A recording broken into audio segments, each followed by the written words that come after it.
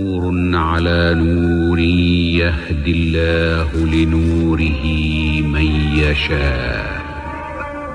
روشنی پر روشنی، اللہ اپنے نور کی طرف جس کی چاہتا ہے رہنمائی فرماتا ہے.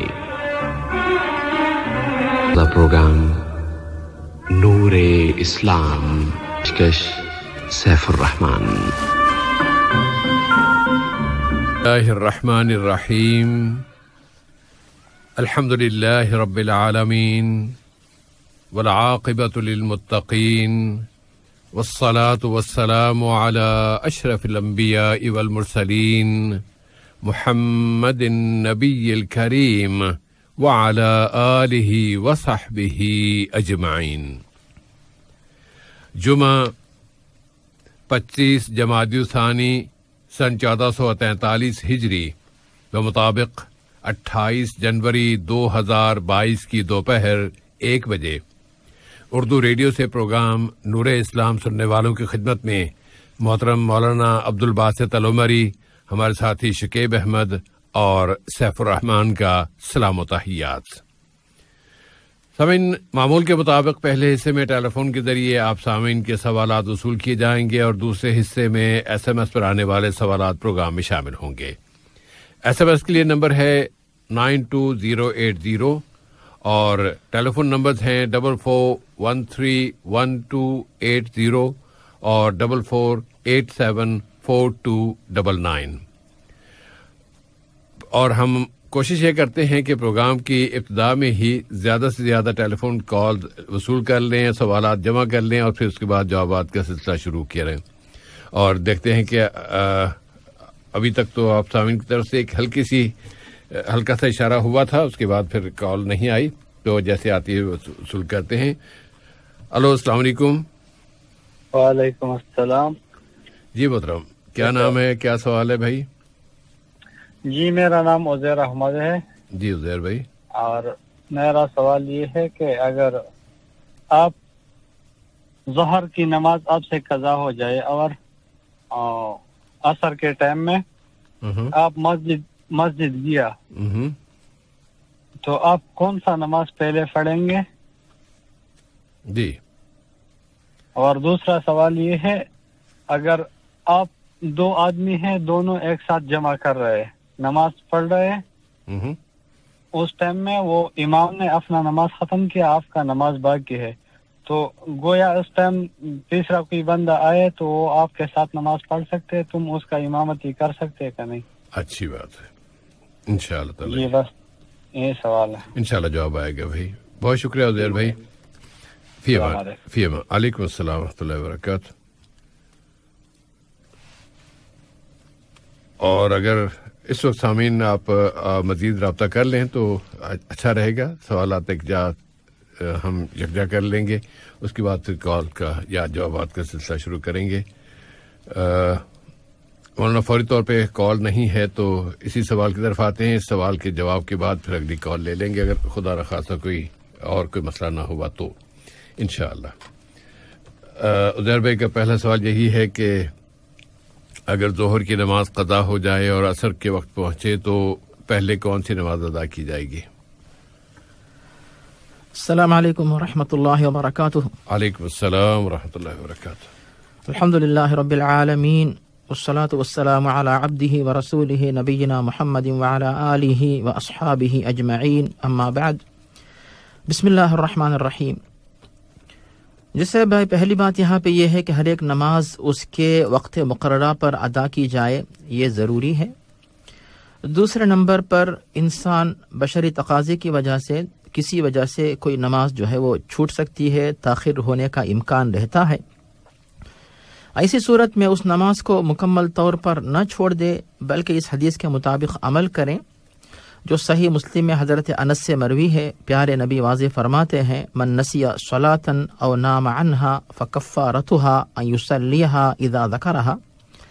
اگر کوئی شخص نماز کے وقت جو ہے کوئی سو گیا تھا، اٹھ نہیں پایا یا بھول گیا، جیسے ہی یاد آئے تو اسے چاہیے کہ اس نماز کی تکمیل کر لے. 2 باتیں ہوگی سے بھائی. اب آتی ہے تیسری بات کہ موصوف جب مسجد میں داخل ہوئے تو مسجد میں داخل ہونے کا انتظار نہ کریں کہ میں عصر کے وقت جاؤں گا، بلکہ جہاں کہیں بھی رہیں وہیں پہ آپ اینما ادرکت کا الصلاۃ فصلی، جہاں کہیں تم کو نماز مل جائے، نماز کا وقت آ جائے، وہیں پہ ادا کرو۔ آپ انتظار کیوں کرتے ہیں کہ عصر کا وقت ہوگا تب میں مسجد میں جاؤں گا؟ ضروری نہیں ہے۔ اس سے پہلے جہاں کہیں آپ آ رہے ہوں، راستے میں جگہ ملی، گاڑی کو کنارے روکا، وہیں پہ جائے نماز آپ نے بچھا دیا۔ آج کل تو سب لوگ جائے نماز لے کے گھوم رہے ہیں، تو جہاں کہیں موقع ملے وہاں آپ پڑھ لیں۔ مسجد میں آنا، اگر جماعت کا وقت ہے مسجد میں آئے، آنے سے پہلے کوشش کریں کہ آپ کی نماز جو ہے ظہر کی نماز ہو جائے۔ لیکن کوئی راستہ ہی نہیں تھا، مجبوری تھی، آخری صورت تھی، مسجد میں یعنی عصر کا نماز داخل ہو گیا، جماعت کا وقت ہو گیا، تب جو ہے ہم جو سوال اب جواب پیش کر رہے ہیں تو وہ اس پر آپ عمل کریں کہ جیسے ہی آپ مسجد میں داخل ہوئے اور آپ نے دیکھا کہ اب اقامت عصر کی ہو رہی ہے، اگر آپ ظہر پڑھیں گے تو پھر جو نماز ابھی چلنے والی ہے اس میں شامل نہیں ہو سکتے، تو جو جماعت ہونے والی ہے وہ لوگ تو عصر کی نماز کی نیت سے پڑھیں گے، لیکن آپ کی چونکہ ظہر کی نماز آپ کے ذمے باقی ہے، آپ ترتیب کو الٹ نہیں سکتے، اسی لیے پہلے آپ جو ہے آپ کے دل میں ظہر کی نماز کی نیت ہوگی، ظہر کی نیت سے آپ داخل ہو جائیں، پھر اس کے بعد جو ہے اس جماعت کے ساتھ آپ مل کر ظہر کی نماز آپ پڑھیں گے، اس جماعت کی عصر کی نماز ہوگی، تو آپ کی ظہر کی نماز ہو جانے کے بعد عصر یعنی جو جماعت ہو چکی ہے وہاں سے فارغ ہونے کے بعد آپ جو عصر کی نماز پڑھیں۔ لیکن اگر وہاں پہ کچھ لوگوں کو آپ کی وجہ سے شک ہونے کا اندیشہ ہے، مثلا کیونکہ عصر کی نماز کے بعد دوسری نماز نہیں پڑھی جا سکتی، تو کہیں ایسی جگہ پر آپ کا روم ہے، ایک کمرہ ہے جگہ، وہاں پہ بھی آپ جا کے تنہا عصر کی نماز پڑھ سکتے ہیں۔ لیکن ایسا کوئی اندیشہ نہیں ہے تو مسجد میں آپ عصر کی نماز پڑھ لیں۔ اگر کوئی پوچھتا ہے تو بتا دے کہ میری جو ہے نماز چھوٹ گئی جس کے میں قضا کر رہا ہوں، وہ کیسے ہے بھائی؟ جزاکم اللہ خیرن۔ اور اب چونکہ جواب مکمل ہو گیا، اگر اس دوران میں ابھی آپ سامعین کی طرف سے رابطہ قائم کیا جاتا ہے اور سوال آتا ہے تو ہم انشاءاللہ لے لیں گے۔ السلام علیکم۔ وعلیکم السلام۔ السلام علیکم۔ وعلیکم السلام ورحمۃ اللہ وبرکاتہ۔ بھائی میں محمد حبیب بول رہا ہوں۔ ذرا زور سے بولیے گا بھائی۔ میرا محمد حبیب نام ہے۔ محمد عزیز؟ حبیب، اچھا حبیب۔ ہاں، میرا دو سوال ہے۔ جی حبیب بھائی۔ پہلا سوال یہ ہے کہ جو اگر ہم لوگ بینک میں روپیہ ڈپوزٹ کرتا ہے، جیسے 1 سال کے لیے یا 2 سال کے لیے جی، یا 5 سال کے لیے، اس کا جو انٹرسٹ ملتا ہے جی ٹھیک، وہ تو ہم اس کو دے سکتے ہیں کیا؟ جو بیوہ عورت ہے، ان کے پاس لڑکیاں ہیں، ان کو دے سکتے ہیں کیا؟ اچھی بات ہے۔ پہلے جمع کر دیے ہیں، وہ ابھی ملا ہے تو دے سکتے ہیں، نہیں تو جانتے ہیں کہ حرام ہے انٹرسٹ ہم لوگ کو۔ جی۔ اور دوسرا سوال یہ ہے کہ جو ہم لوگ انڈیا میں رہن کے طور پہ زمین لیتے ہیں، اس میں اپنے ہاتھ سے یا بوتے ہیں یا جس کا زمین ہے اسی کو وہی بوتا ہے اور اس میں سے آدھا ہم کو دیتا ہے، اور اس کے بعد 2 سال 4 سال کے بعد پیسہ ہوتا ہے، میرا پیسہ واپس کرتا ہے، اپنا زمین لیتا ہے، یہ کیا جائز ہے؟ اس میں 2 صورتیں الگ الگ آپ نے بھی۔ اب دوسری صورت جو آپ نے بتائی ہے وہ یہ کہ آپ نہیں بوتے، وہ بوتا ہے اور آپ کو آدھا دیتا ہے، اور پہلی صورت میں جب آپ بوتے ہیں تو ہاں میں نہیں دیتا ہے، میں خود کے اپنا بوتا ہے، وہ میرے کو جب پیسہ واپس کرے گا تو اس کا زمین چھوڑ دیتے ہیں۔ اچھی بات ہے۔ یہ جائز ہے ناجائز ہے؟ اس کے یعنی زمین آپ کی نہیں ہے، زمین اس کی ہے؟ اس کی ہے، ہاں۔ اچھا، آپ نے قرضہ دیا ہوا ہے، پیسے دیے ہوئے ہیں اس کو؟ ہاں، جیسے زمین پہ وہ میرے سے پیسہ لیا 50,000 روپیہ، جی بھائی، تو میں 2 سال 4 سال بویا، اس کے بعد اس کے پاس ہوا تو میرا پیسہ واپس کیا، انشاءاللہ جواب آئے گا بھائی، زمین چھوڑ دیا، ٹھیک، انشاءاللہ۔ بہت شکریہ آپ کا حبیب بھائی، فی امان اللہ۔ اگلی کال لیتے ہیں۔ السلام علیکم۔ السلام علیکم۔ وعلیکم السلام۔ جی بھائی۔ جی میں محمد افسر بول رہا ہوں۔ محمد افسر صاحب، جی میرا ایک سوال ہے کہ جو مطلب عورت ہیں کسی بھی مطلب کسی کی بھی ہو تو مطلب جو ناپاک حالت میں رہتی ہے تو اس میں مطلب کتاب مطلب قرآن نہیں، مطلب سورہ وغیرہ پڑھ سکتی ہے اگر کوئی ضروری ہے ایک دم تو؟ جی انشاءاللہ۔ اور دوسرا سوال ہے کہ کسی کو میں نے پیسے دیے تھے کچھ کاروبار کرنے کے لیے، وہ پیسے مطلب مانگ رہے تو اس نے بولا مطلب ہم سے زیادہ بولا کہ آپ جیسے موٹا موٹی میں نے اس کو 2 لاکھ دیے تھے، تو انہوں نے بولا کہ میں نے آپ کو 5 لاکھ روپیہ دے دیا، میرے پاس کوئی پروف نہیں ہے کہ انہوں نے پیسہ دیا کہ نہیں دیا.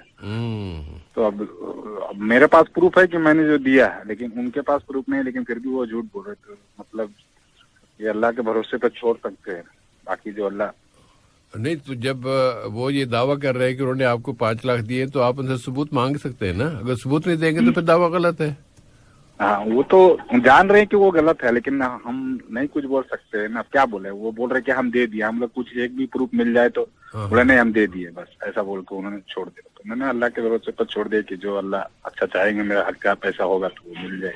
اچھا دیکھیں بھائی, اگر تو آپ کسی طریقے سے ان کو قائل کر سکتے ہیں تو اب بھی قائل کرنے کی کوشش کر لیجئے گا.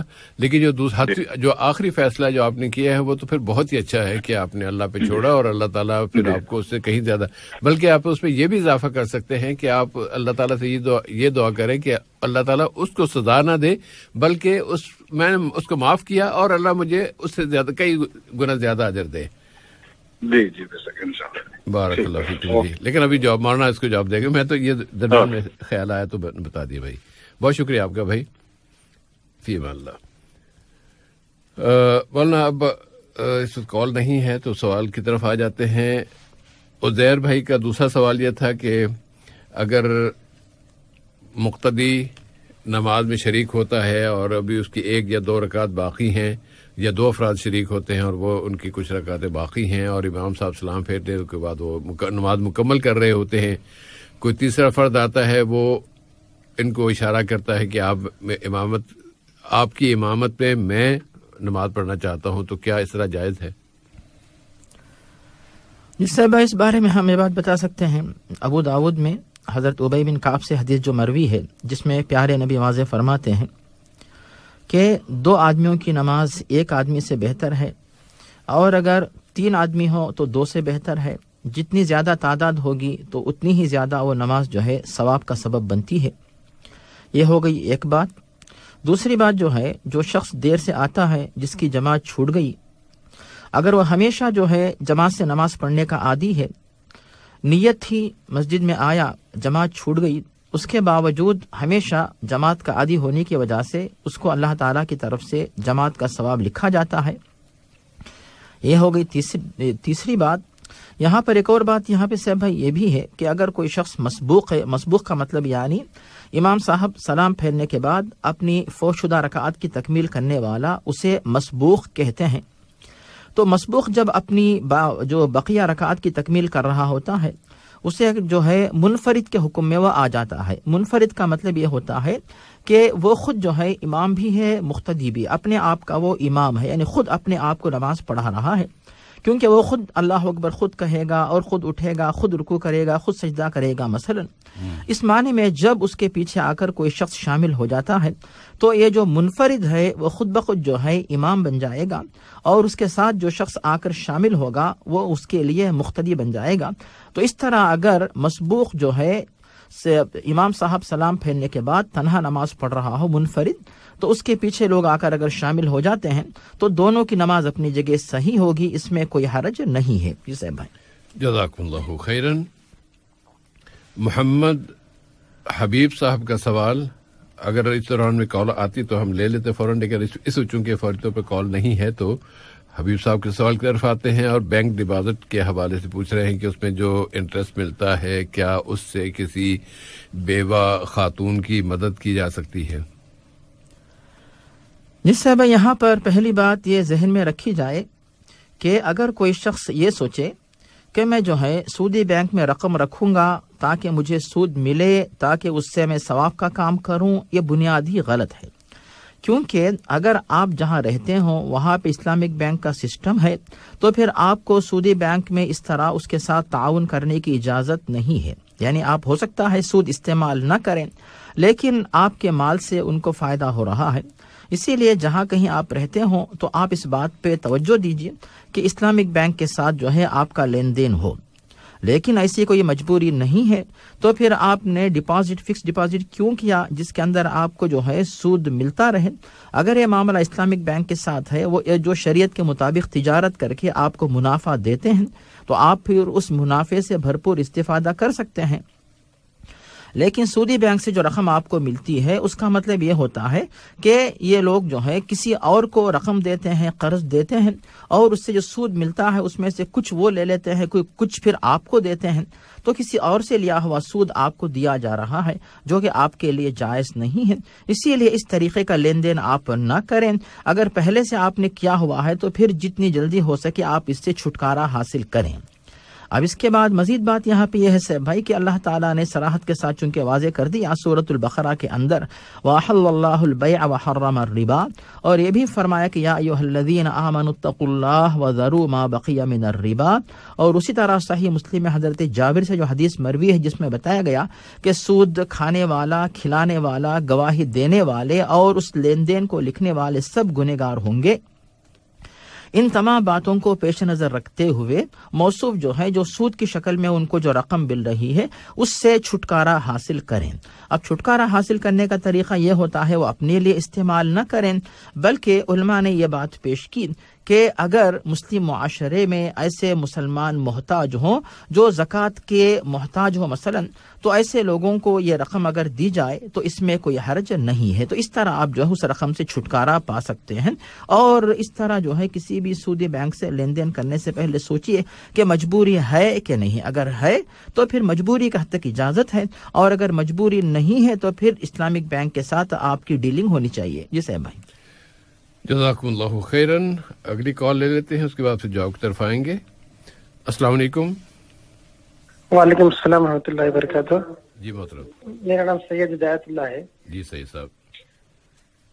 ابھی ایک ہمارے انڈیا میں بہار کی طرف غریب لوگوں کی طرف ابھی ایک آدمی نبوت کا اعلان کر دیا ہے، وہ کام کر رہا ہے، تو ہم لوگ علماء کیا کرنا چاہیے اس میں؟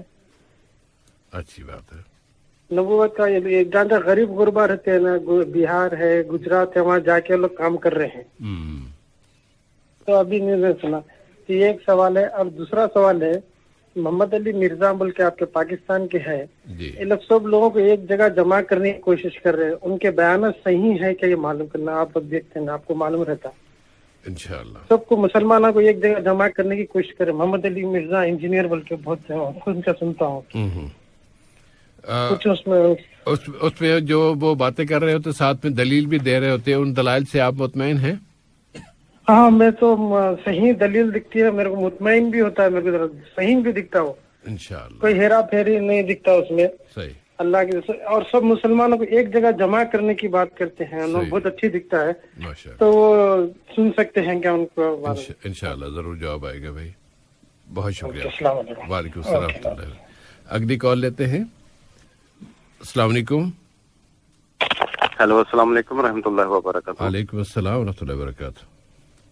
جی وسیم تو بس بات کر رہا ہوں، کیسے ہیں آپ؟ ٹھیک جی ٹھاک؟ وسیم بھائی خیریت سے ہے؟ الحمدللہ میں بالکل خیریت ہے۔ ایک سوال تھا میرا، ہر سال جب ہم رمضان سے پہلے یا رمضان کے دوران زکوٰۃ نکالتے ہیں 2.5%، جو ہمارے پاس ایک سال کا مال پڑا ہو یا سونا پڑا ہو اس کے اوپر، لیکن اب یہ ہے کہ جیسے کہ اب زکوٰۃ پڑی ہوئی ہے اور ایک ہم نے لی ہوئی ہے رقم کے بھی، یہ جو ہے نا ہم کسی کو ضرورت مند ہوگا تو وقفے سے کسی کو ضرورت ہوگی تو ہم اس میں تقسیم کرتے جائیں گے۔ اب زکوٰۃ کے لیے کوئی اسپیسیفک لوگ بھی ہوتے ہیں کہ ان کو ہی زکوٰۃ دینی ہے۔ ایک ہوتی ہے خیرات اور زکوٰۃ، کیا ہم زکوٰۃ کی اماؤنٹ ایز اے خیرات دے سکتے ہیں؟ اب زکوٰۃ کی اماؤنٹ میں سے ایک آدمی ہے وہ ضرورت مند نہیں ہے، لیکن یہ ہے کہ اس کے مالی حالات ایسے ہیں کہ وہ ادھر ادھر سے کہہ رہا ہے کہ یار تیرا آپریشن کروانا ہے میں نے اپنی بیگم کا یا کسی اور کا، تو مجھے جو ہے نا تھوڑے سے پیسے کہیں سے کوئی اگر مدد کرنا چاہے تو ہم کیا اس جو ہمارے پاس رقم ہوگی ہم اس کو ایز اے زکوٰۃ یا خیرات وہ کس سینس میں آئے گی؟ اگر ہم اس کی مدد کر دیں گے اسی میں سے ہم نکال کے رقم دے دیں۔ یہ سوال ہے میرا، انشاءاللہ تعالی جواب آئے گا بھائی۔ جزاک اللہ خیر۔ فی امان اللہ جی۔ ایک اور کال ہے۔ السلام علیکم۔ ہلو، السلام علیکم۔ ذرا پلیز یہ جو صاحب باتیں کر رہے ہیں ان سے ذرا تھوڑا سا ہٹ کے آپ بات کر لیجیے۔ کیا نام ہے، کیا سوال ہے بھائی؟ السلام علیکم۔ وعلیکم السلام ورحمۃ اللہ وبرکاتہ۔ آپ ان سے دور ہو سکتے یا اسے کہتے تھوڑی دیر خاموش ہو جائے؟ ہاں الگ آ گئے۔ میرا سوال ہے بھائی۔ جی محترم، کیا نام ہے آپ کا؟ نظام الدین.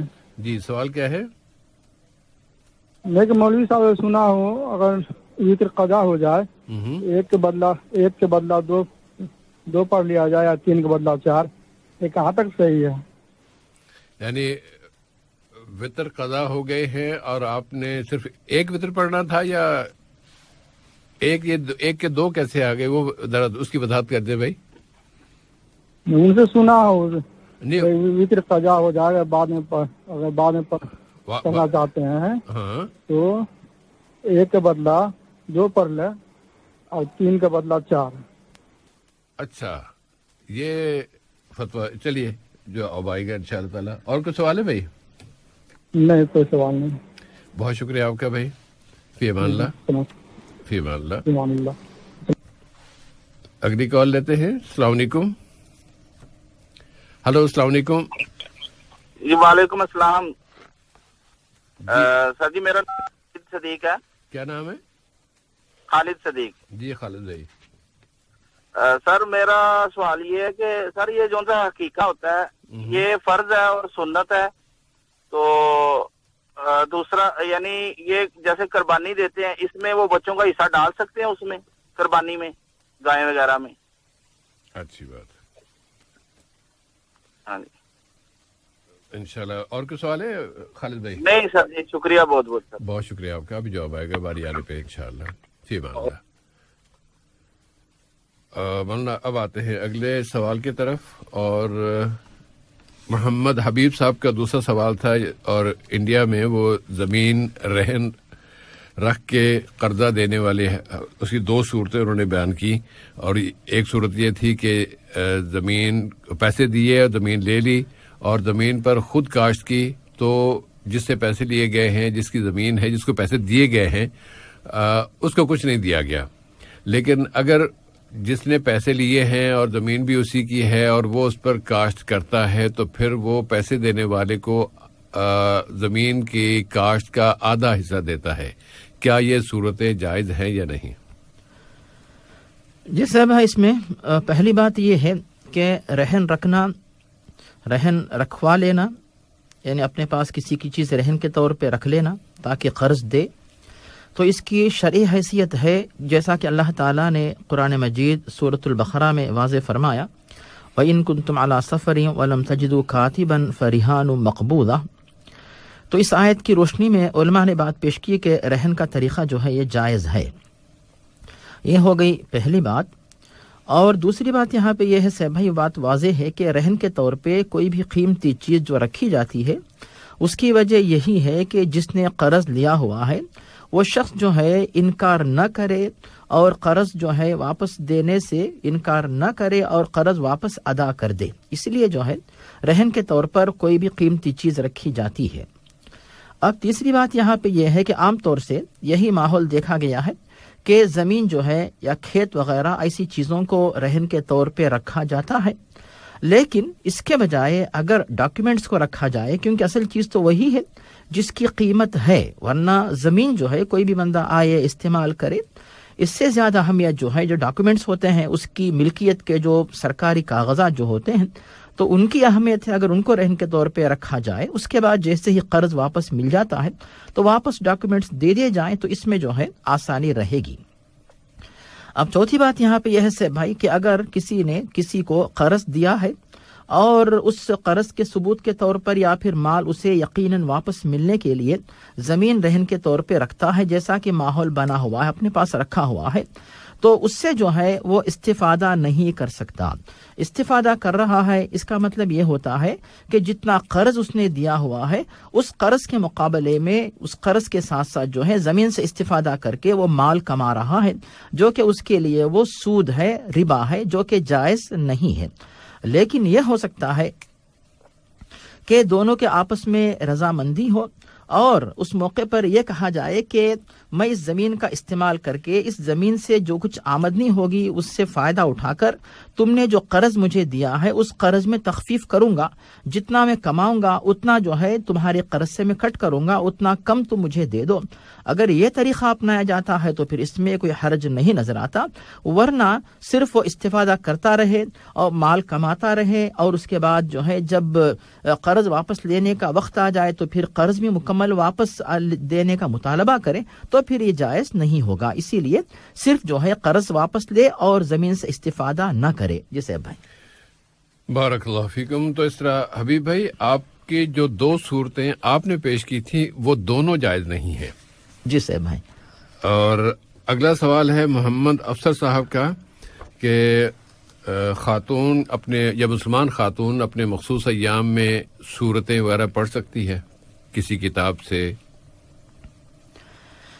جس سے میں یہاں پر عام طور سے تلاوت قرآن جو کہ اہم عبادت ہے اور بہت بڑے ثواب کا کام ہے، لیکن اگر کسی خاتون کو مخصوص ایام کا جو معاملہ پیش آ جائے، ایسی صورت میں کوئی خاتون تلاوت کر سکتی کہ نہیں کر سکتی؟ اس سلسلے میں اکثر علماء ممانعت کے قائل ہیں کہ یا نہ تو وہ قرآن مجید کو ہاتھ لگا سکتی ہے اور نہ ہی زبانی پڑھ سکتی ہے، البتہ ذکر و اذکار کر سکتی ہے۔ یہ اکثر علماء کی تحقیق ہے، لیکن امام ابن تیمیہ رحمہ اللہ، امام ابن القیم اور دور حاضر کے جو مشہور علماء ہیں ماشاءاللہ، ان میں سے شیخ ابن باز اور شیخ ابن عثیمین اور شیخ البانی رحمہ اللہ، اور ان سب سے پہلے امام بخاری کے دور میں امام بخاری رحمہ اللہ خود بھی جو اس بات کے قائل تھے کہ ایسی صورت میں جو حیض و نفاس کی حالت میں تلاوت کی جا سکتی ہے۔ اب یہاں پر احتیاط کے طور پر علماء نے بات پیش کی، چونکہ ایک روایت وارد ہے مسند احمد میں کہ لا یمس القرآن الا طاہر، کہ قرآن مجید کو صرف وہی شخص ہاتھ لگائے جو پاکی اور صفائی کی حالت میں ہو، جو کہ مسند احمد کی روایت ہے۔ اس کو بنیاد بنا کر علماء نے بات پیش کی کہ حیض و نفاس کی حالت میں خواتین کو اگر قرآن کی تلاوت سے روکا جائے تو قرآن بھولنے کا اندیشہ رہتا ہے، قرآن سے دور ہونے کا اندیشہ رہتا ہے۔ وہ اگر طالبہ ہو یا معلمہ ہو تو پھر جو ہے تدریس و تعلیم کے سلسلے میں رکاوٹ پیش آ سکتی ہے۔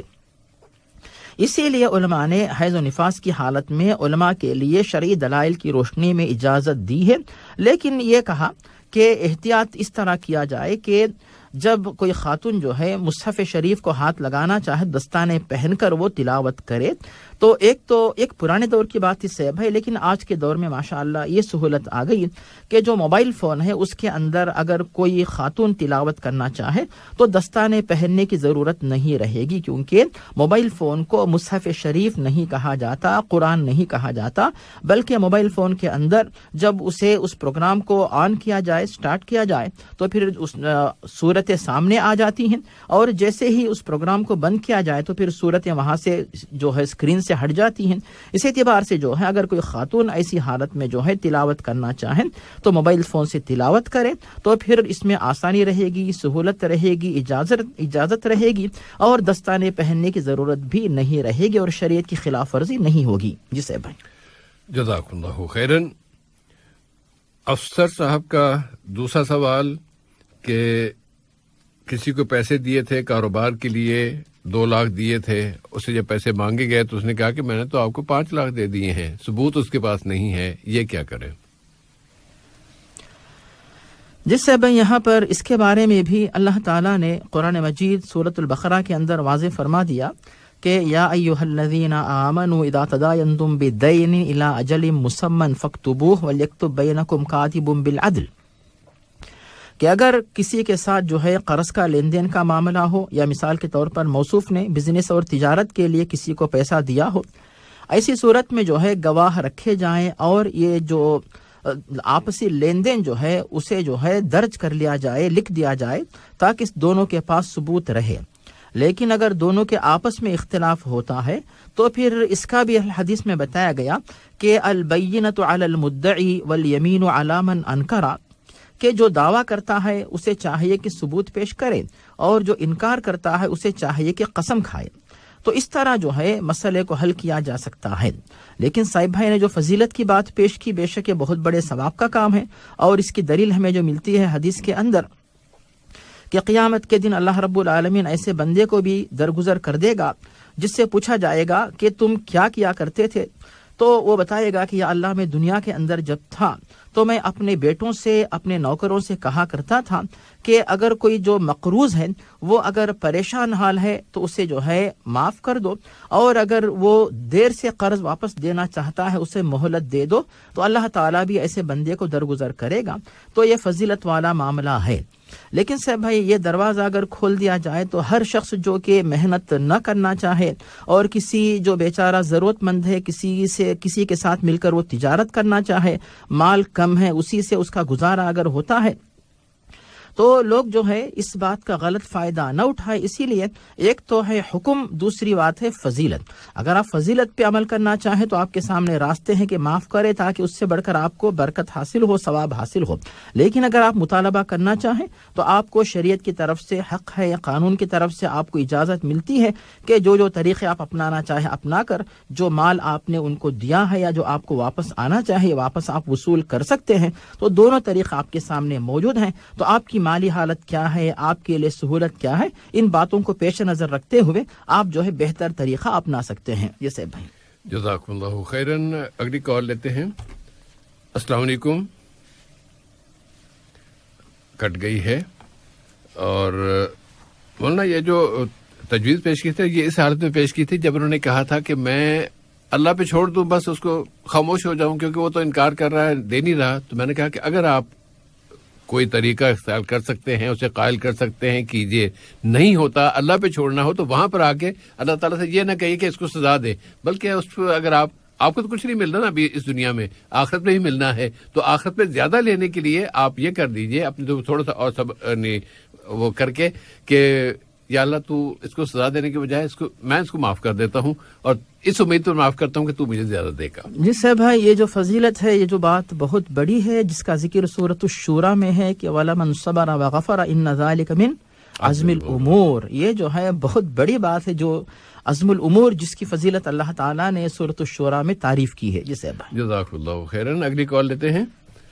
السلام علیکم۔ السلام علیکم جی۔ ہلو جی السلام علیکم۔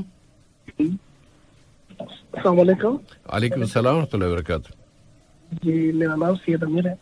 جی سید صاحب۔ جی میرا ایک ہی سوال ہے۔ جی پہلے نا میں جمعے کی نماز کو میرے بھائیوں کے ساتھ دیر سے جاتا تھا، یعنی جب خطبہ تھوڑا سا باقی رہتا تھا تو جب وہ ٹائم پہ جاتا تھا، باہر پڑھتے تھے دھوپ میں۔ تو ابھی میں کیا کر رہا ہوں، اکیلا میں 1 گھنٹہ پہلے چلے جاتا ہوں مسجد میں۔ تو میں سوچتا تھا پہلے، یعنی کورونا جب تھا بیچ میں، اس کے بعد جب مسجدیں اوپن ہوئے تو میں کوئی بھی ایک پلر کے پاس، جب مسجد میں جو پلر رہتے جیسے ٹیکا لے کے سکون سے بیٹھے ذکر کرے قرآن پڑھے ٹیکا لے، تو میں یہ ملنا بول کے میں پہلے مسجد کو جلدی چلے جاتا تھا، یعنی 1 گھنٹہ 40 منٹ پہلے مسجد خالی رہتی تھی۔ تو ابھی میرے کو خیال آیا تو میں اس کی یہ آرام سے بیٹھنے کے لیے جا رہا ہوں یا میں اللہ کا ذکر کرنے یا جو بھی ہے اللہ کا ثواب لینے کے لیے یا اجر لینے کے لیے میں یہ نہیں کر رہا ہوں۔ میں یعنی میں اپنی سکون کے لیے جا رہا تھا میں پہلے، یعنی کہیں بھی ٹیکا مل گیا سکون سے بیٹھے۔ تو ابھی میرے کو خیال آیا تو میں یہ صحیح کرا تھا یا نہیں کرا تھا، یہ بس یہ وسوسے ہے دل میں میرے۔ ہاں یہ پتہ نہیں شیطان آپ کے دل میں یہ بات کیوں ڈال رہا ہے کہ نماز پڑھتے ہوئے جب تکلیف ہوتی ہے وہی نماز قبول ہوتی ہے، جب تکلیف نہ ہو آرام سے پڑھ لیں تو وہ قبول نہیں ہوتی۔ ممکن ہے شیطان اس طرح کا داؤ لگا رہا ہو، مولانا اس کا جواب دے دیں گے بھائی۔ جی جی شکریہ، بہت شکریہ آپ کا امیر بھائی، فی امان اللہ۔ اور مولانا اگلا سوال لیتے ہیں۔ سوال ہے سید ہدایت اللہ صاحب کا کہ ہمارا بہار کا علاقہ وہاں زیادہ تر غریب آبادی ہے اور وہاں پر ایک صاحب نے نبوت کا اعلان کر دیا ہے، تو اب وہاں جو بھی علماء موجود ہیں انہیں کیا کرنا چاہیے؟ آپ کیا انہیں نصیحت کریں گے؟ جس سے بھائی ماشاءاللہ موصوف نے جو بات پیش کی، وہاں پہ جو ماشاءاللہ علماء ہیں وہ خود اس بات سے واقف ہیں کہ ایسے جو گمراہ لوگوں کا جواب کس طرح دیا جائے۔ پہلی بات یہاں پہ ہم یہ پیش کر سکتے ہیں، سورۃ الاحزاب کے اندر اللہ تعالیٰ نے جو واضح فرمایا، ما کان محمد ابا احد من رجالکم ولکن رسول اللہ وخاتم النبیین. تو اللہ تعالیٰ نے محمد مصطفیٰ صلی اللہ علیہ وسلم کو خاتم النبیین قرار دیا، آخری نبی.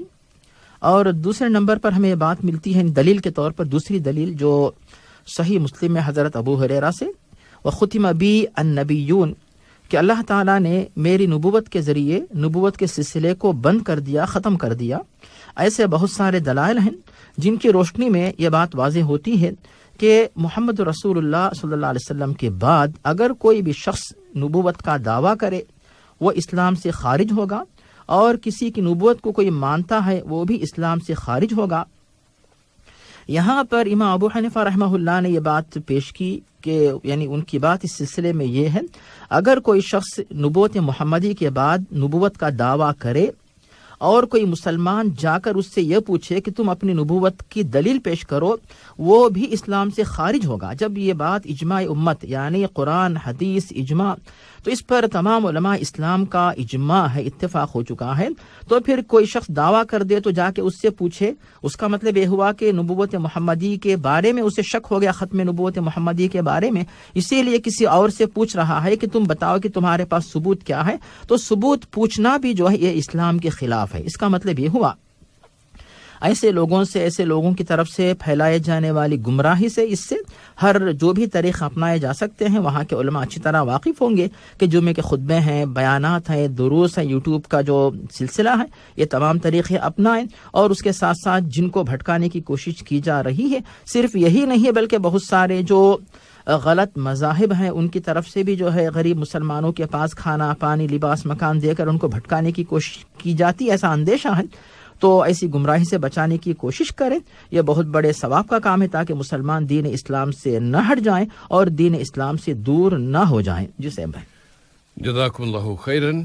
اور سید ہدایت اللہ صاحب کا دوسرا سوال یہ ہے کہ سوشل میڈیا پر، خاص طور پہ یوٹیوب پر، ایک صاحب انجینئر محمد علی مرزا اسلام کی دعوت پیش کرتے ہیں، ان کی باتیں یا ان کا بیان، اور وہ آپ کیسا دیکھتے ہیں؟ جی صاحب بھائی، جہاں تک جو لیکچرز وغیرہ عام طور پر یوٹیوب پہ پیش کیے جاتے ہیں، کئی علماء پیش کرتے ہیں جن کے بارے میں ابھی جو موصوف نے انجینئر صاحب کے بارے میں پوچھا ہے، تو مسلسل تو دیکھنے کا موقع نہیں ملتا ہے، کبھی کبھی جو ہے یہ سن لیتے ہیں، دیکھ لیتے ہیں. اور جہاں تک اس سلسلے میں صاحب شاید آپ سے ہی سننے کا موقع ملا کہ ان کی باتیں جو ہیں وہ مدلل رہتی ہیں. لیکن ایک اہم بات جو آپ نے یہاں پیش کی صاحب بھائی، کہ جب کوئی بھی محاضر یا لیکچر پیش کرنے والا دلائل پیش کرتا ہے، وہ دلائل کس حد تک اطمینان بخش ہیں. اگر وہ دلائل اطمینان دلانے والے ہیں، چاہے وہ انجینئر صاحب ہوں، کوئی بھی ہوں، آپ ان کے دلائل کی بنیاد پہ ان کی بات کو مان سکتے ہیں. لیکن اگر کسی دلیل کے بارے میں آپ کو شک ہو رہا ہے کہ دلیل کمزور ہے یا پھر اس سے مضبوط دلیل کے مقابلے میں یہ بات کمزور ہے، تو پھر ان کی اس بات کو چھوڑ دیں. تو باقی جو بات جو دلائل کی روشنی میں مستند آپ کو ملتی ہے، ایسی باتوں کو لے لیں. جی صاحب بھائی، جزاک اللہ خیرن. اور ہمارے سید ہدایت اللہ صاحب یہاں ایک اور پوائنٹ پہ یا ایک اور نقطہ بھی آپ کے گوش گزار کر دوں تو شاید آپ کے لیے مفید ہو. میں نے بہت ساری ویڈیوز ان کی دیکھی ہیں، اور ان کے خلاف جو لوگوں نے ویڈیو ڈالی ہیں یا جو باتیں کی ہیں وہ بھی دیکھی ہیں، اور وہ کافی زیادہ دیکھی ہیں. ایک بہت اہم بات جو میں نے نوٹ کی ہے وہ یہ کہ ان کے مخالفین کی طرف سے جو زبان استعمال کی گئی، جس میں ذلیل اور جہلمی، چونکہ جہلم ہے تو جہلمی اور گمراہ کن، گمراہ کرنے والا، زندیق، اور یعنی جتنی بھی ادبی قسم کی گالیاں ہو سکتی تھیں نا، وہ بھرپور طریقے سے استعمال کرتے ہیں، پھر بھی ان کی تسلی نہیں ہوتی. اس کے جواب میں محمد علی مرزا کو جب ہم سنتے ہیں تو ان کی زبان سے اب تک میں نے کم از کم ایسا کوئی لفظ کسی عالم کے لیے نہیں سنا. اس کا مطلب یہ ہوتا ہے کہ جو مضبوط بنیادوں پہ کھڑا ہو کے بات کر رہا ہوتا ہے اسے اس طرح کے جذباتی گالیاں دینے کی ضرورت نہیں ہوتی، اور اس میں ان کا موقف صحیح نظر آتا ہے. جی صاحب، جزاکم اللہ خیرن. وسیم تبسم صاحب کا زکوٰۃ کے حوالے سے سوال کہ زکوٰۃ کی رقم موجود ہے اور زکوٰۃ کی جو مصارف ہیں وہ قرآن پاک میں بتا دیے گئے ہیں، مقرر ہیں، لیکن اگر کوئی فرد آتا ہے اور وہ کہتا ہے کہ جی گھر میں الحمدللہ کھانا وانا سب کچھ ٹھیک چل رہا ہے، لیکن کسی کا، بیوی کا، فلاں کا، کسی کا کوئی آپریشن کرانا، اس کے لیے بڑی رقم درکار ہے، تو اس بڑی رقم کے لیے جب ان کے پاس نہیں ہے تو کیا اسے زکوٰۃ کی رقم دی جا سکتی ہے یا نہیں؟ جس سے بھائی اس کا جواب اللہ تعالیٰ نے قرآن مجید سورۃ التوبہ آیت نمبر 60 میں دے دیا، جس کی روشنی میں یہ بات واضح ہوتی ہے کہ انما الصدقات للفقراء والمساکین والعاملین علیہا. تو یہاں پر 8 قسم کے افراد ایسے ہیں جن کو زکوٰۃ دی جا سکتی ہے. اب زکوٰۃ کے علاوہ صدقہ بھی آپ دے سکتے ہیں اور مساعدہ یعنی کسی کی مدد بھی آپ کر سکتے ہیں. تو اس طرح کئی طریقے ہیں جن پر آپ کو ثواب ملے گا. یعنی صرف ایسا نہیں ہے کہ زکوٰۃ آپ نے دے دی پھر یعنی اس کے بعد کوئی راستہ نہیں ہے، ایسا نہیں ہے، بلکہ کئی طریقے ہیں کہ آپ ان کو اپنا کر جو ہے ثواب کما سکتے ہیں. صدقہ ہے، خیرات ہے، کسی کی مالی امداد ہے، ان تمام طریقوں پر اجر و ثواب حاصل ہو سکتا ہے. یہاں تک کہ بغیر مال کے بھی سلام کرنا، سلام کا جواب دینا اور اسی طرح جو ہے کسی کی رہنمائی کر دینا، یہ بھی جو ہے جس کے پاس مال نہ ہو بھی ثواب کما سکتا ہے. اب آخر کار بات یہ ہے کہ آپ دیکھیے کہ جو شخص اس طرح کی گزارش آپ کے سامنے کر رہا ہے تو اگر واقعی اس کو آپ مستحق سمجھتے ہیں تو یہاں پر ایک بات ہم واضح کر دیں گے کہ قرآن مجید میں جو بات بتائی گئی کہ الفقراء والمساکین، دونوں میں فرق یہ ہے کہ فقراء کا مطلب یہ ہوتا ہے جو آپ کے سامنے آ کر ہاتھ پھیلا کر صدقہ، زکوٰۃ، مدد مانگتے ہیں، اور مسکین کا مطلب یہ ہوتا ہے کہ وہ آپ کے سامنے آتا نہیں لیکن آپ کو پتا ہے کہ اس کی مالی حالت اس طرح کمزور ہے کہ وہ کماتا یعنی اس کی آمدنی کم ہے اور خرچے زیادہ ہیں. یہ خرچے سے مراد اسراف نہیں ہے، جو ضروری کھانے پینے کے اخراجات، بچوں کی تعلیم کے اخراجات، مکان کے اخراجات، علاج کے جو اخراجات ہوتے ہیں تو وہ اس کی آمدنی سے زیادہ ہیں. ایسے لوگوں کو مسکین یا مساکین کہا جاتا ہے. تو مساکین بھی جو ہے یہ زکوٰۃ کے مستحق بنتے ہیں، اس معنی میں اگر ان لوگوں کو ان کے گھر کے علاج کے لیے اگر پیسہ کم پڑ رہا ہے تو اس خاتون کی جان یا صحت کی حفاظت کے لیے اگر آپ خیرات دیں، مساعدہ دیں، امداد پیش کریں، زکوٰۃ دیں، تمام جائز ہیں، اس میں کوئی حرج نہیں ہے. جسے بھائی جزاکم اللہ خیراً. نظام الدین صاحب کا سوال کہ کسی مولوی صاحب نے فتویٰ دیا ہے کہ اگر تمہارے وطر قضا ہو جائیں تو اس کے بعد 1 وطر کے بجائے 2 اور 3 کے بجائے 4 رکعت پڑھو. جس صاحب اس بارے میں پہلی بات یہ ہے، یہ ذہن میں بات رکھی جائے کہ پیارے نبی صلی اللہ علیہ وسلم نے نماز وطر کو کبھی بھی نہیں چھوڑا، نہ سفر میں نہ حضر میں. یعنی نہ آپ مدینہ منورہ میں قیام کی حالت میں رہتے یا پھر سفر پہ جاتے، کبھی بھی آپ نے وطر کی نماز کو جس طرح فرض کی پابندی کرتے آپ نماز وطر کی بھی پابندی کرتے تھے، کیونکہ نماز وطر کا ثواب زیادہ ہے، فضیلت و اہمیت زیادہ ہے، اور اسے جان بوجھ کے چھوڑنے والا شخص گنہگار ہوتا ہے. تو اسے چاہے کہ توبہ و استغفار کریں، عادی جو ہو جاتا ہے وہ گنہگار ہونے کا اندیشہ رہتا ہے. یہ ہو گئی پہلی بات. دوسری بات یہ ہے بھائی کہ نماز وطر کی یعنی نماز وطر کا وقت کب تک رہتا ہے. اب اس کے بارے میں علماء نے بات پیش کی کہ جو فجر کی اذان جو ہوتی ہے، جیسے ہی اذان فجر ہو جائے یعنی طلوع فجر ہو جائے تب تک وطر کا وقت رہتا ہے. اس کے بعد سمجھ لیجئے کہ وطر کا وقت اب نکل چکا ہے. اب جو شخص جو ہے وطر کی نماز پڑھنا چاہے وہ کیا کرے گا؟ تو کیا فجر کی اذان کے بعد پڑھے گا یا پھر صبح سورج نکلنے کے بعد اشراق کے وقت پڑھے گا؟ تو اس کے بارے میں علماء نے یہ تحقیق پیش کی، خاص طور پر جو موصوف کہہ رہے تھے صاحبہ، اس کے لیے لجنہ دائمہ جو ہے شیخ ابن باز کی نگرانی میں جو لجنہ تھا تو وہاں کے علماء نے بات پیش کی کہ اگر کسی کی وطر کی نماز چھوٹ گئی تو وطر کی نماز، وطر کا مطلب ہوتا ہے طاق عدد، اور جو 2 ہوتے ہیں، 2 رکعت جو ہوتی ہیں تو وہ جو ہے جفت ہے.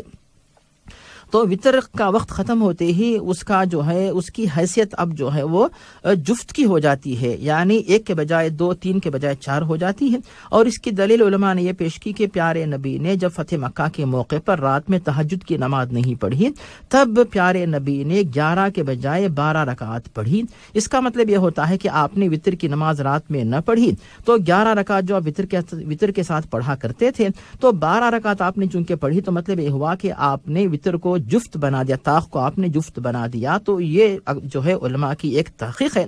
جی ایک قول ہے. دوسری طرف شیخ البانی رحمہ اللہ کی تحقیق ہے، وہ کہتے ہیں کہ جو نماز جس طرح چھوٹتی ہے اس کی قضا اسی طرح ہوتی ہے. ایک جملہ ایسا ہے کہ جیسے مغرب کی نماز قضا ہوئی تکمیل 3 رکعت کی 3 پڑھیں گے، عشاء کی قضا ہوئی 4 کی 4 پڑھیں گے، تو وتر کی نماز ایک چھوٹ گئی تو 1 کے بجائے 1 ہی پڑھیں گے. تو شیخ البانی رحمہ اللہ کے الفاظ سے یہ بات سمجھ میں آتی ہے.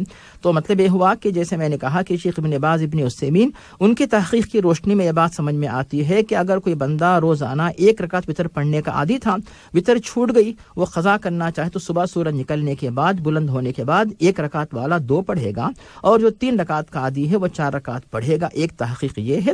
اور دوسری تحقیق جس پر مجھے اطمینان ہے کہ اگر کسی کی وتر کی نماز 1 چھوٹ گئی وہ قضا 1 کی شکل میں کرے، اور اگر 3 رکعت پڑھنے والا تھا وہ 3 کی شکل میں کرے. یہ میرا اطمینان ہے.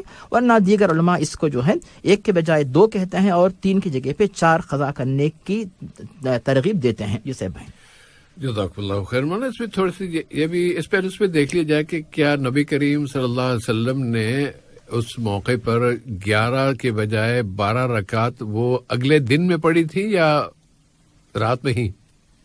جی صاحب بھائی، پیارے نبی نے جو نماز پڑھی تھی وہ ہے صلاۃ الضحیٰ کی حیثیت سے صبح پڑھی آپ نے. تو اب یہاں پر مجھے شک ہے صاحب، مجھے نہیں پتا کہ جیسے میں سوچ رہا ہوں کہ شاید پیارے نبی نے رات میں وتر 3 پڑھ لی، صبح صلاۃ الضحیٰ وہ 12 رکعت آپ نے الگ سے پڑھی. شاید اس طرح مجھے لگ رہا تھا. اب پتہ نہیں علماء کو اس میں کنفیوژن کیوں ہوا مجھے نہیں پتا. بہرحال علماء کی تحقیق ہے جیسا کہ میں نے اقوال پیش کیے. جزاکم اللہ خیرن. اور اگلے سوال کی طرف چلتے ہیں، اور سوال ہے محترم خالد صدیق صاحب کا. فرماتے ہیں کہ عقیقہ اگر نہیں کیا گیا تو قربانی کے موقع پر گائے ذبح کی جائے اور اس میں بچوں کا عقیقہ بھی کر دیا جائے، کیا اس طرح جائز ہے؟ جی صاحب بھائی، پہلی بات یہاں پہ یہ ہے کہ عقیقے کا جو حکم ہے پیارے نبی واضح فرماتے ہیں کہ مع الغلام عقیقتہ، یا پھر الغلام مرتہن بعقیقتہ، کہ ہر ایک نو مولود لڑکا یا لڑکی جو ہے وہ مرہون رہتے ہیں عقیقے کے ساتھ. اب اس کے بعد ان کی طرف سے ذمہ داری والد کے اوپر جو عائد ہوتی ہے کہ اس کے سر کے بال منڈوائے جائیں اور اس کا نام رکھا جائے، اور لڑکا ہو تو 2 بکرے ذبح کیے جائیں، لڑکی ہو تو 1 بکرا ذبح کیا جائے. اس طرح جو عقیقے کی ذمہ داری ادا ہوتی ہے. تو عقیقے کے بارے میں علماء کی تحقیق یہ ہے کہ یہ فرض تو نہیں ہے بلکہ یہ سنت مؤکدہ ہے، زیادہ تاکید والا ثواب کا کام ہے. اور پیارے نبی نے عقیقہ کیا، عقیقہ کرنے کی ترغیب آپ نے دی ہے. اسی لیے جو ماشاءاللہ صاحب استطاعت ہے اسے چاہیے کہ خود ثواب کمانے کے لیے اور اپنے بچے کو عقیقے کی فضیلت سے برکت پہنچانے کے لیے عقیقہ کرے، اور اپنے بچے کو عقیقے کے ثواب سے اور عقیقے کا جو فائدہ ہوتا ہے اس سے محروم نہ کریں. یہ بات ذہن میں رکھی جائے. اب صاحب بھائی دوسری بات جو آتی ہے کہ کیا قربانی کے موقع پر عقیقہ کیا جا سکتا کہ نہیں، تو اس کے بارے میں اکثر علماء قائل نہیں ہے. بعض علماء جیسے شافعی مسلک کے علماء امام نووی رحمہ اللہ قائل ہیں، اور حنفی مسلک کے علماء بھی اس بات کی قائل ہیں، لیکن بشرطے کہ اتفاق سے اگر عید الاضحیٰ اور عقیقہ دونوں مل کے آ جائیں تب. لیکن کوئی بندہ جان بوجھ کے انتظار کرے کہ جب قربانی کی عید آئے گی، عید الاضحیٰ آئے گی تب میں عقیقہ کروں گا ایک ساتھ، تو پھر یہ تو فضیلت کے خلاف معاملہ ہو گیا. تو یہ بعض علماء کی تحقیق یہ کہ اگر کوئی بندہ بڑا جانور ذبح کر رہا ہے جس میں 7 حصے ہو سکتے ہیں، تو 7 حصوں میں سے کچھ حصے قربانی کے، کچھ حصے عقیقے کے اگر کیے جائیں تو جائز ہے. یہ ایک بعض علماء کی تحقیق ہے. لیکن حنبلی علماء کی بات جو کہ راجح معلوم ہوتی ہے وہ یہ ہے کہ پیارے نبی صلی اللہ علیہ وسلم نے عقیقے کے بارے میں صراحت کے ساتھ فرمایا کہ عن الغلام شاتانی وعن الجاریۃ شاتن، کہ اگر وہ نو مولود لڑکا ہے اس کی طرف سے 2 بکریاں یعنی بکریاں یا بکرے مثلا تو 2 جانور ذبح کیے جائیں، لڑکی ہو تو 1 جانور ذبح کیا جائے. تو صراحت کے ساتھ چونکہ آپ نے 2 جانور، 2 جاندار مخلوق یعنی 2 جانوروں کا ذکر آپ نے کیا ہے، اسی لیے جو ہے ایک جو بڑا جانور ہوتا اس کی 1 ہی جان ہوتی ہے، تو اس میں جو ہے 7 افراد کو جو ہے یا 7 جو یعنی ایک طرف سے قربانی بھی ہو پھر عقیقے بھی ہوں. تو ان تمام باتوں کا ثبوت ہمیں چونکہ نہیں ملتا ہے، اور پیارے نبی نے کبھی بھی اس طرح زندگی میں عمل نہیں کیا. اسی لیے حنبلی علماء یہ بات پیش کرتے ہیں کہ آپ قربانی کے جانور میں اس طرح شریک نہ ہو، شامل نہ ہو، بلکہ اپنے بچوں کی طرف سے بالکل مستقل طور پر سپریٹ جو ہے، اگر لڑکا ہو تو 2 بکرے، لڑکی ہو تو 1 بکرا، اس طریقے سے آپ قربانی یعنی عقیقہ کریں اور ثواب حاصل کریں. یہ صاحب بھائی جزاکم اللہ خیرن. سید امیر صاحب کا سوال کہ پہلے تو وہ تاخیر سے جایا کرتے تھے جمعے کی نماز میں، پھر انہوں نے 1 گھنٹہ پہلے جانا شروع کیا اور مسجد میں ایک مناسب جگہ دیکھ کے کہ جہاں وہ ٹیک لگا کے آرام سے بیٹھ کے اللہ کر سکتے ہیں، اللہ کا ذکر کر سکتے ہیں، قرآن پاک پڑھ سکتے ہیں.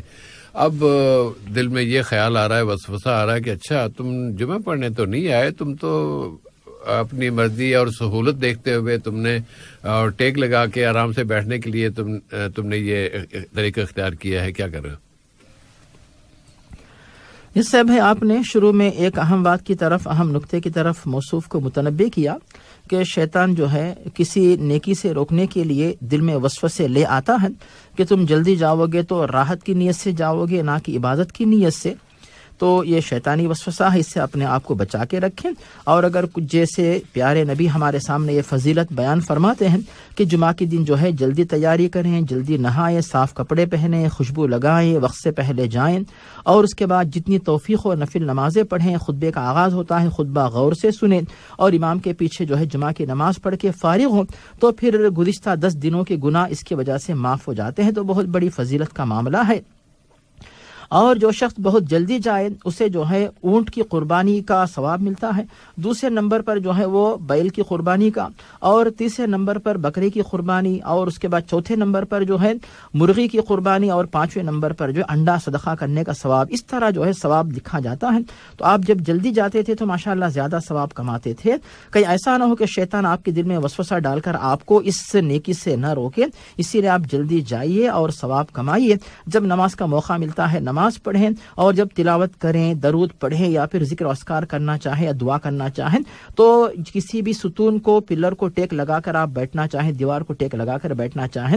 اس کی وجہ سے ثواب میں کمی نہیں آتی، بلکہ آپ جاتے ثواب کمانے کے لیے اور اتنی دیر تک راحت کے لیے آپ ٹیک لگاتے ہیں. ان دونوں کے آپس میں کوئی ٹکراؤ نہیں ہے، بلکہ ثواب مکمل مل سکتا ہے اور راحت سے بھی آپ بالکل استفادہ کر سکتے ہیں. جسے بھائی جزاک اللہ خیرن. اور اب آتے ہیں ایس ایم ایس کے سوالوں کی طرف. سوال ہے 31 نمبر سے، اور پوچھ رہے ہیں کہ جب داڑھ نکالنا پڑتی ہے تو خون بہتا ہے اور اکثر وہ خون حلق میں بھی چلا جاتا ہے. اس طرح روزہ، وضو، نماز یا عام حالت میں خون کا نگل لینا یہ گناہ کا باعث ہے یا نہیں؟ جس سے بھائی موصوف کے ایک سوال میں جو ہے کئی سوالات آ گئے. اختصار کے ساتھ ہم اس طرح پیش کر سکتے ہیں کہ بے شک یہ بات صحیح ہے کہ اللہ تعالیٰ نے خون کو پینے سے، نگلنے سے منع کیا. سورۃ المائدہ آیت نمبر 3 میں بتایا گیا کہ حرمت علیکم المیتۃ والدم ولحم الخنزیر. تو یہاں پر خون کو جو ہے نگلنے سے، کھانے پینے سے منع کیا گیا. یہ بات واضح ہے. اب آتی ہے دوسری بات کہ جو داڑھ وغیرہ نکلوانے کی وجہ سے خون نکلتا ہے اور خون بہتا ہے اور درد ہوتا ہے، اس سے بھی اپنے آپ کو بچانا ضروری ہے. اسے آپ نگل بھی نہیں سکتے. اگر وضو کی حالت میں ہو تب بھی خون بہہ سکتا ہے، نماز کی حالت میں نکل سکتا ہے، روزی کی حالت میں خون نکل سکتا ہے. ان تمام باتوں کا حل یہاں پہ یہ ہے صاحب بھائی کہ عام طور پر جب اس طرح داڑھ وغیرہ اگر کسی کے نکالے جائیں مثلا، تو اس کے بعد جو ہے ان کو ایک کاٹن جو ہے کپڑا دیا جاتا ہے تاکہ آپ جو ہے داڑھ کی جڑ کے مقام پہ دبا کے رکھیں تاکہ وہ جو کاٹن ہے وہ خون کو جذب کر لیں. اب اس کے بعد جیسے ہی اس میں خون بھر جاتا ہے اسے آپ جو ہے پھینک کر دوسرا کاٹن آپ لے لیتے ہیں اور اسے دبا کے پکڑتے ہیں تاکہ زیادہ خون نہ نکلے اور جو بھی نکلے وہ اس میں جذب ہو جائے. تو یہ طریقہ آپ اپنائیں. اس کے بعد یہ تمام کوشش اور محنت کرنے کے بعد پھر جو معاملہ ہوتا وہ آپ کے اختیار سے باہر ہے، اور اللہ تعالیٰ نے آپ کی اختیار سے جو باہر بات ہوتی ہے اس کے بارے میں بتا دیا. وما جعل علیکم فی الدین من حرج، اللہ تعالیٰ نے تمہارے لیے دین میں تنگی نہیں رکھی ہے. یہ سورۃ الحج آیت 78 ہے، اور سورۃ البقرہ آیت 185 میں ہے. یرید اللہ بکم اليسر ولا یرید بکم العسر، اللہ تعالیٰ تمہارے لیے آسانی چاہتا ہے اور تم کو تنگ کرنا نہیں چاہتا. اور لا یکلف اللہ نفسا الا وسعها. ان تمام دلائل کی روشنی میں بات یہ ہے، علماء نے جو بات پیش کی کہ حتی الامکان بچانے کی کوشش کریں، اور آپ کے اختیار سے جو بات باہر ہوتی ہے، جو حلق میں چلا جاتا ہے، اس میں آپ کا اختیار نہیں ہوتا، تو اس میں آپ پر کوئی گناہ نہیں. وضو صحیح ہوگا، نماز صحیح ہوگی، روزہ انشاءاللہ صحیح ہوگا، جیسا کہ لجنہ دائمہ جو شیخ بن باز کی جو کمیٹی تھی فتویٰ کی، ان علماء کی تحقیق یہی ہے. جسے بھائی جزاک اللہ خیرن. 31 سے دوسرا سوال یہ کہ کیا عاشورہ یا عاشورہ کا روزہ اگر کسی مجبوری سے عرفہ کا بھی اس میں شامل کیا انہوں نے، عرفہ یا عاشورہ کسی مجبوری سے چھوٹ جائے تو اس کا ثواب حاصل کرنے کے لیے کیا ان روزوں کی قضا ادا کی جا سکتی ہے؟ جی صاحب ہے، چونکہ وقت کم ہے اور خیر اس کا جواب بھی زیادہ تفصیل طلب نہیں ہے، اختصار کے ساتھ ہم یہ بتانا چاہیں گے کہ بے شک عاشورہ کا روزہ اور جو عرفے کا روزہ ان کی بڑی فضیلت ہے۔ عرفے کے روزے سے گزشتہ ایک سال اور آنے والے ایک سال کے گناہ، صغیرہ گناہ معاف ہوتے ہیں۔ عاشورہ کے ایک روزے کی وجہ سے، عاشورہ کے ساتھ 9 و 10 2 روزے چونکہ رکھے جاتے ہیں تو پھر گزشتہ ایک سال کے گناہ معاف ہوتے ہیں۔ اب یہاں پہ بات ہے صاحب بھائی کہ اس طرح ان روزوں کی قضا کا ذکر ہمیں حدیث میں نہیں ملتا ہے۔ ایک بات تو یہ ہو گئی، لیکن اگر کوئی خاتون حیض کی وجہ سے، کوئی مسافر مرض یعنی سفر کی وجہ سے، کوئی مریض مرض کی وجہ سے یہ روزہ چھوڑ دے تو ان کے لیے ہم تمام راستے بتا سکتے ہیں۔ پہلی بات جو ہمیں حدیث ملتی ہے بخاری مسلم ابو ہریرہ سے، پیارے نبی واضح فرماتے ہیں اگر کوئی شخص نیکی کا ارادہ کرتا ہے، نیکی پہ عمل نہیں کر پاتا ہے، تب بھی اس کو جو ہے ایک نیکی لکھی جاتی ہے۔ ایک بات یہ ہو گئی، اور دوسری دلیل جو بخاری و مسلم ابو موسیٰ اشعری سے ہمیں ملتی ہے، پیارے نبی واضح فرماتے ہیں اگر کوئی بھی شخص جو ہمیشہ نیکی کرتا تھا لیکن وہ سفر یا مرض کی وجہ سے وہ نیکی نہیں کر پاتا ہے، تب بھی اللہ تعالیٰ فرشتوں سے کہتا ہے کہ میرے بندے کو وہی ثواب لکھ دو جو وہ صحت مندی کی حالت میں، قیام کی حالت میں کرتا تھا۔ تو اگر وہ خاتون اس طرح ہمیشہ پابندی کرتی تھی مثلا، اور یا مسافر، تو اس کے بعد جو ہے اس مجبوری کی وجہ سے ان کی یہ نیکی چھوٹ گئی، یعنی یہ روزہ چھوٹ گیا، تب بھی اللہ تعالیٰ ان کو ثواب لکھنے کی امید ہے۔ اب اس کے بعد ایک اور 2-3 چھوٹے طریقے سے بھائی وہ یہ ہے کہ 2-3 جو چھوٹے چھوٹے طریقے کہ اگر آپ اس روزے کا ثواب تو ہم نے بتا دیا، ساتھ ساتھ یہ بھی کہ جو لوگ روزہ نہیں رکھتے یا جو دوسرے ملنے جلنے والے ہیں ان لوگوں کی آپ یاد دہانی کر دیں کہ ابھی عرفے کا روزہ ہے، عاشورہ کا روزہ ہے، روزہ رکھ لو، کیونکہ حدیث میں الفاظ ہمیں ملتے ہیں اگر کوئی شخص کسی اور کو کسی نیکی کے بارے میں رہنمائی کرے اس کو اتنا ثواب ملتا ہے جتنا ثواب وہ نیکی کرنے والے کو ملتا ہے، اور نیکی کرنے والے کے ثواب میں کمی نہیں آتی۔ اس طرح بھی ایک ثواب کمائیں۔ اور ایک ثواب کا طریقہ یہ ہے کہ آپ جو ہے کسی اس طرح کے روزے دار کا افطار کروائیں، افطار کروانے کی وجہ سے آپ کو جو ہے اس روزے دار کو اس کے روزے کا ثواب بھی ملے گا، اتنا ثواب آپ کو بھی ملے گا۔ تو اس طرح دوسری بات یہاں پہ ایک ویسے بھائی کہ جو نفل یا مسنون روزے ہیں ان کا فائدہ یہ ہے کہ فرض روزوں کی کوتاہی جو ہے وہ دور ہو کر اس کمی کی تلافی ہو جاتی ہے۔ اس کمی کی تلافی کے اور بھی روزے ہو سکتے ہیں، یہ دو اس سال چھوٹ گئے، آنے والے سال انشاءاللہ موقع مل سکتا ہے، اس طرح نیت رکھیں۔ اور ان کے علاوہ جو بھی نفل روزوں کا موقع ملتا ہے 13، 14، 15 پیر جمعرات وغیرہ، یہ روزے رکھ کر جو ہے فائدہ اٹھائیں تاکہ روز ثواب سے محروم ہونے کا جو احساس ہے وہ احساس دور ہو جائے۔ جس سے بھائی جزاکم اللہ خیرن۔ اور سامعین پروگرام کے آخر میں آپ کی توجہ اس طرف مبذول کرانا چاہیں گے کہ اب یہ جمادی الثانی کا مہینہ اپنے اختتام کو پہنچ رہا ہے، اس کے بعد رجب اور شعبان 2 مہینے رہ جاتے ہیں، تو ہم آج سے ہی یہ دعا اللہ کے حضور پیش کرنا شروع کر دیں کہ اللہم بلغنا رمضان، اے اللہ ہمیں رمضان تک پہنچا دے، یا رمضان ہمیں عطا فرما دے، ہمیں اسے ایسا نہ ہو کہ محروم ہو جائے رمضان سے۔ اس ہر طرح کی محرومی سے بچنے کے لیے ہو سکتا ہے موت آ جائے، ہو سکتا ہے بیمار ہو جائیں، ہو سکتا ہے کئی صورتیں ہو سکتی ہیں نا، ان سب سے اللہ تعالیٰ کی حفاظت میں آنے کے لیے اور رمضان کا اجر کمانے کی نیت سے اللہ تعالیٰ کے حضور یہ دعا مانگنی چاہیے۔ جب آپ کو موقع ملے ہر نماز کے بعد مانگیے اللہم بلغنا رمضان۔ اور اس بات کے ساتھ ہی پروگرام نور اسلام کا آج کا حلقہ اپنے اختتام کو پہنچتا ہے۔ باذن اللہ تعالی آئندہ جمعے کے روز دن کے 1 بجے پروگرام نور اسلام میں آپ سے پھر ملاقات ہوگی۔ محترم مولانا عبدالباسط العمری، ہمارے ساتھی شکیب احمد اور سیف الرحمان کو اگلی ملاقات تک کے لیے اجازت دیجیے۔ اللہ تعالی ہمیں بہت زیادہ دعائیں مانگنے کی توفیق عطا فرمائے اور ہماری ساری دعائیں قبول فرمائے۔ وصلی اللہ علی نبینا محمد وعلی آلہ وصحبہ وبارک وسلم۔ والسلام علیکم ورحمۃ اللہ وبرکاتہ۔